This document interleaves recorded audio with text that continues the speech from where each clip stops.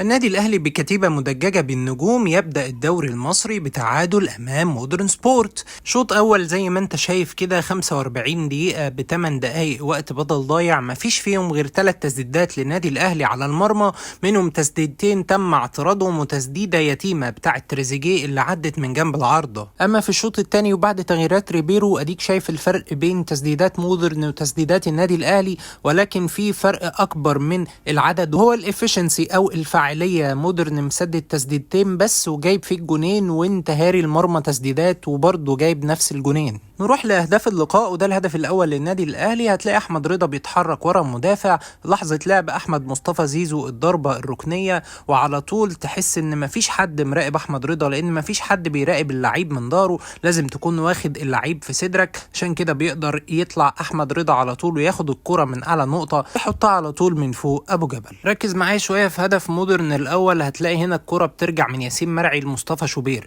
مفروض هنا مصطفى شوبير يلعب الكره لياسر ابراهيم على طول ناحيه اليمين، ولكن قرر انه يقف ويهدى على الكره ويحط الكره عند كريم فؤاد، وكريم فؤاد لما بيحاول يلعب الكره بيقع، وهنا الكره بتروح للعيبه مودرن وكريم لسه واقع، الراجل بينقلها لزميله وكريم لسه واقع، الراجل بيستلم وبيلف وبيحط الكره لحسام حسن، وهنا لسه كريم فؤاد بيفكر ان هو يخرج من الاوفسايد، وهنا حسام حسن بيتقمص شخصيه كريستيانو رونالدو ويحط الكره بشماله في زاويه صعبه جدا على مصطفى شوبير. طبعا بعد اللي انا قلته مش مفاجاه بالنسبه لي ولا بالنسبه لك ان اللي كان مغطي الاوفسايد هو كريم فؤاد. في هدف مودرن الثاني النادي الاهلي عامل دفاع ميكس ما بين الزون وما بين المان، هتلاقي في ناس ماسكه ناس وناس مش ماسكه حد خالص. وسط اللعيبه اللي ماسكين مان هتلاقي اللعيب رقم 6 ده مش ممسوك من حد خالص. المفروض اللعيبه اللي بتراقب زون بتستنى ايه اللي بيجي لها وبتحاول ان هي تمنع انه يلعب الكوره، ده اللي حاول فيه محمد شريف ولكن للاسف فشل، وطلع علي الفيل اللي هو اللاعب رقم 6 الخالي من الرقابه تماما وحط الهدف الثاني لمودرن. اما عن الهدف الثاني للنادي الاهلي فاستمر احمد مصطفى زيزو في توزيع الهدايا على لعيبه النادي الاهلي،